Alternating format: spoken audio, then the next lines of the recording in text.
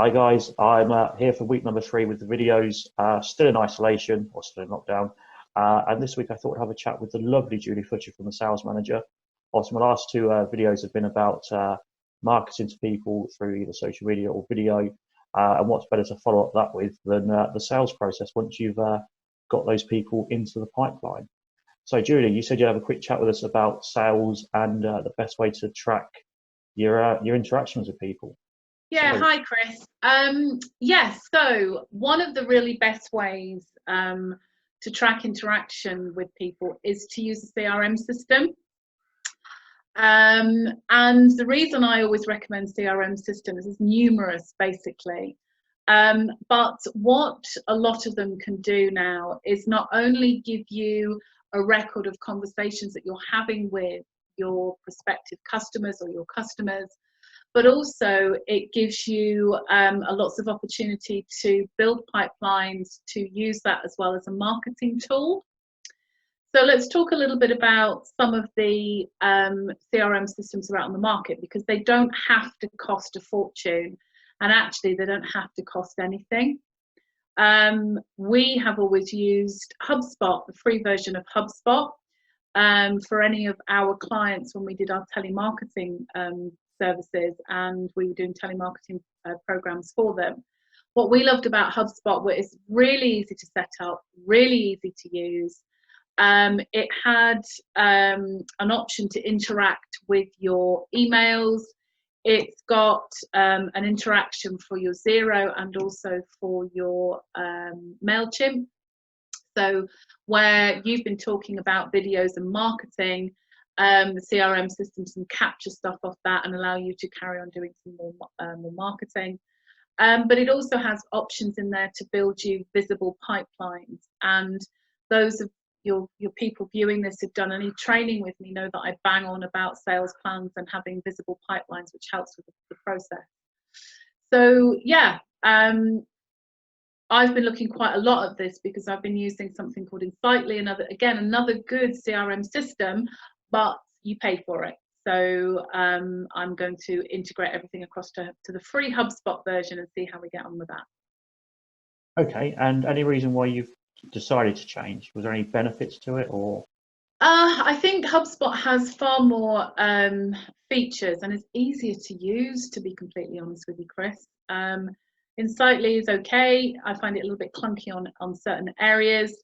The one feature on the new, the free HubSpot that I'm really loving, which Insightly does, but it's not as intuitive, is when you send emails from your Outlook, if you're using Outlook, HubSpot will automatically track that and put any information into your contacts on the CRM system.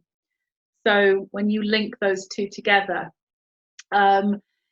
it does all that. Now that for me is really useful because then you've got a full track record of everything that you have interacted with that customer in one place. So even though you may be a one-man band or sole and not have anybody else working for you, everything is then in one place and you don't have to scrabble around about what you sent to the customer. I think it's also really key as well, if any of you out there are working with clients where you need to send terms of business, or have to have customers sign up to and agree to certain terms before you do any trading with them in the sales process, because then you've always got a record of that on your CRM system. Everything is central. And if you were in disputes, you've got easy access to that as well. So I really like that. I really like the interaction between the CRM system and Zero, because it makes for easier creation of invoices. Invoicing is one of my favorite pastimes because it means that I've billed money. And again, it sets up your customer accounts and just makes that whole lot easier. So that's kind of why I love that HubSpot quite so much. Definitely interacting with Zero or any accounting software to generate easier invoices is always a big favourite of me as well. Absolutely. Yeah, very much enjoy sending out the invoices and reconciling them when I get paid. Yeah. I think the other thing about CRM systems, you know, they're up in the cloud, they become a bit more secure. And HubSpot, Insightly, whichever one you pick now, they have GDPR compliance behind that. Spreadsheets are all very well, but I have known people who haven't backed up their data, not kept them in the cloud, not backed up their data, and have lost a client database. I've seen a few more than a few of those over the years. I do remember someone they did have a backup plan. They decided not to include their main database, and then promptly deleted it and realised, I think about 4 weeks later, when they came to update it again, and found it wasn't there. So lost. Yeah. The last backup copy they did have, which was emailed themselves, I think they lost about 3 months worth of entries, which included sales and invoices they needed to generate. So yeah, backups are a strongly advised thing. But yeah, cloud-based is fantastic. So you can, also, I know with the current situation, we've all, or most of us, have kind of gone from offices to working from home and staff scattered everywhere. And yeah, with the cloud and things like SharePoint, Microsoft Teams, it does make it so much easier to work closely on the same data without needing too much. I think also a lot of them now have apps for your phone. So again, I use, you're going to be out and about, I want to talk to a customer, I use the app for the phone that connects into my CRM system. I've got all the records there. And again, it's so much easier because I like to do some preparation before I see clients. I've got it on my phone. I can look at it before I go in to see the client. I can come out of the client, and they can even update the CRM system as I'm sat in the car before I drive off anywhere. So, you know, that makes life a whole lot easier as well. I think the other thing for business owners out there who have staff, you can also protect your data, because a lot of the CRM systems now have measures in them to stop staff downloading your information and taking it with them if they leave, which is a good thing. But also for business owners to realize that actually, if they ever wanted to sell their business and you've got a centralized place, that is their business. That is the information, the history of what you're selling, your clients, your bread and butter for somebody if they want to buy the business from you. And again, having a place where you've got all that central, all of that information helps make that process a whole lot easier. No, actually, I mean, I completely agree on the app side of things. The number of times, just going back to what you said about Zero, where I've sat in the car park having done a job and the invoice is with the client before I've even driven away. So that's how come I get my invoices quickly then, is it, Chris Lambert? No, I do those walking down the stairs before I even get to my car. You know, 1 foot out my front door and then automatically I've got an invoice come in. I see. I know what you Yeah, or there's the odd occasion when I'm just sat there, having done the job, just picking over the buffet, sending the invoice. But yeah, that's true. If you've been around my office picking over the buffet, yeah. Yeah, I'd long miss those days. Now, the app integration is great. Like you say, you can get so much done without having to be rushing back and trying to remember everything that you know is in your head that you haven't had time to scribble down in a meeting.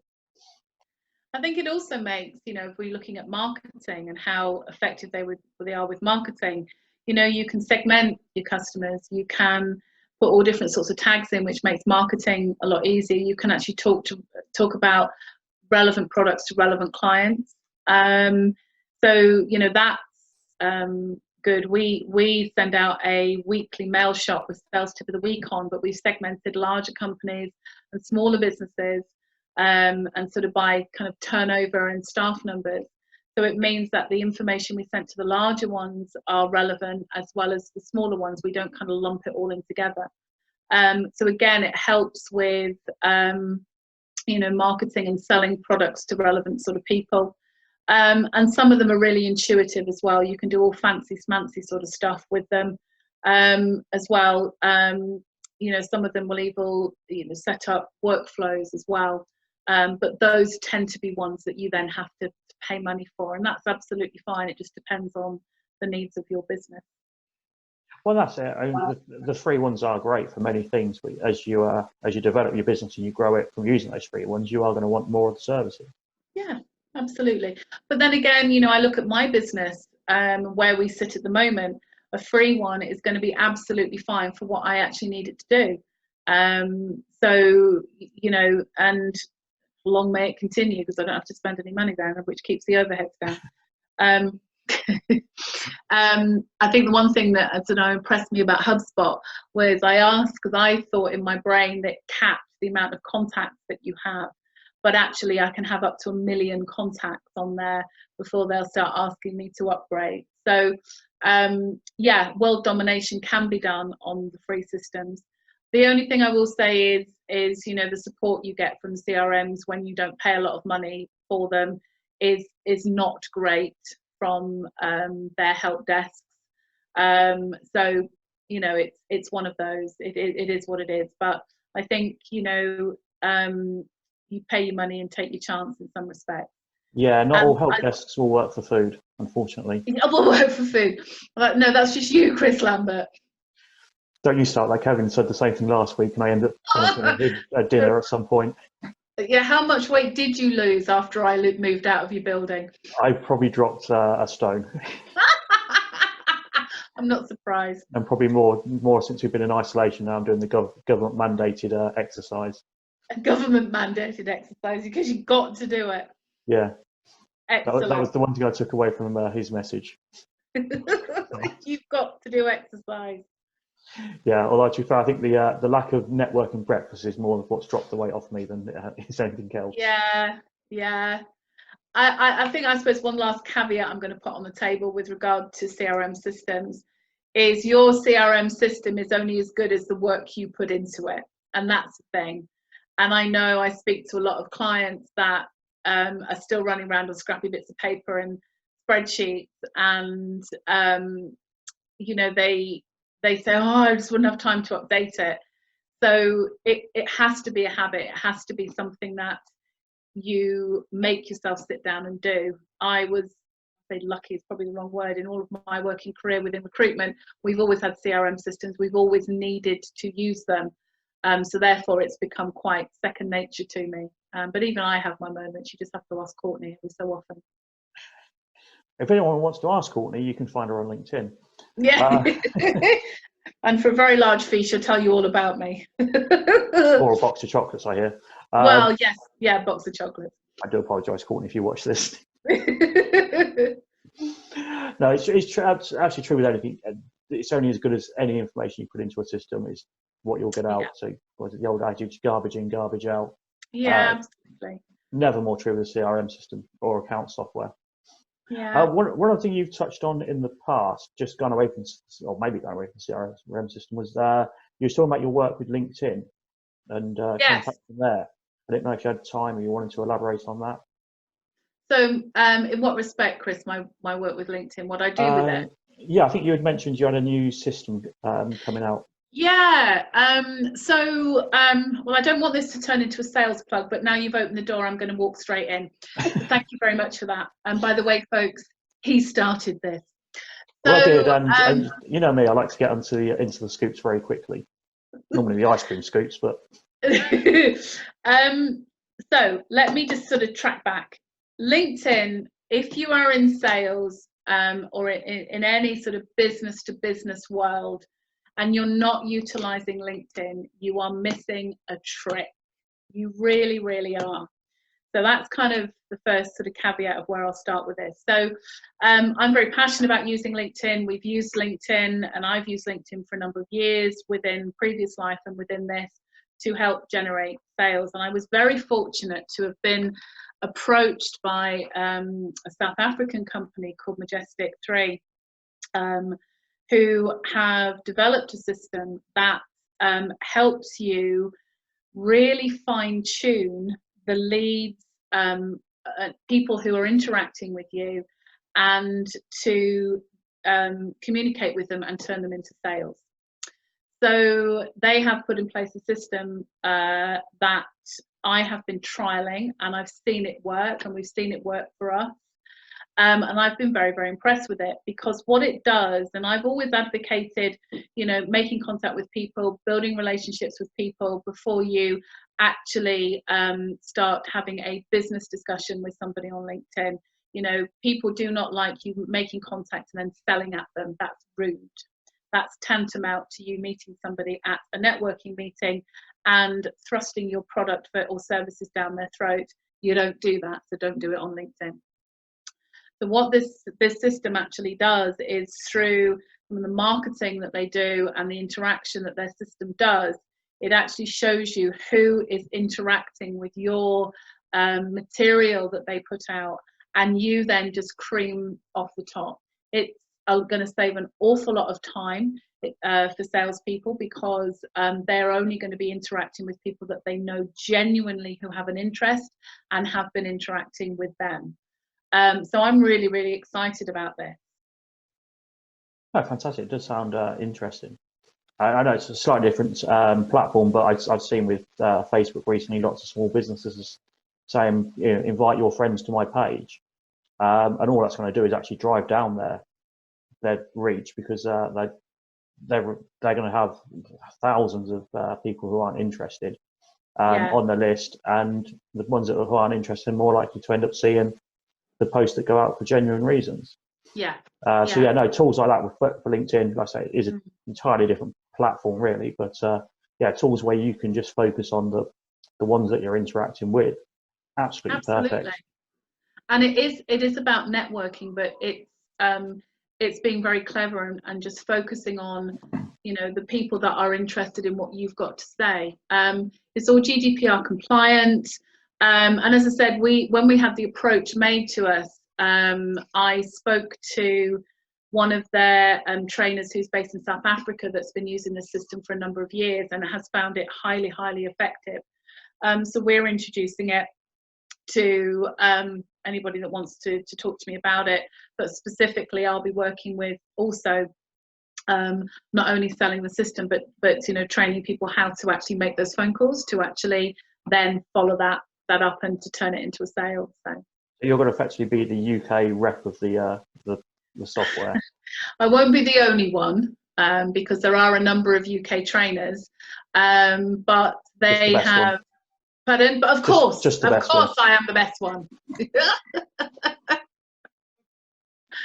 I think I'm the only UK female, so I am the best UK female sales trainer who is championing this product. Well, that's fantastic. I know your dedication and the way you do get into these things. Probably the best salesman or person, sorry, in the UK before too long. Oh shucks, Chris. And no, I haven't got another buffet coming soon. It'd be nice to know there was a buffet coming soon, so it'll at least mean we can get out of these same four walls soon. I know. Never mind. But I do look forward to seeing some more information on that in the near future. So it's just nice to get a kind of preview of what you're going to be doing. Yeah, I mean, we've very happy to do demos for people.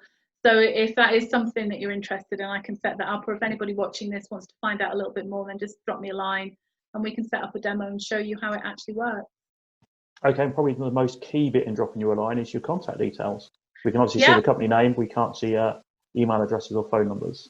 Nope. So I did have them on here, but apparently people couldn't read them because it was too small. So here we go. So my contact details, the email address is julie@thesales-manager.co.uk, and our telephone number is 01604 532 004. Fantastic. Hopefully you'll get a couple of calls on that soon.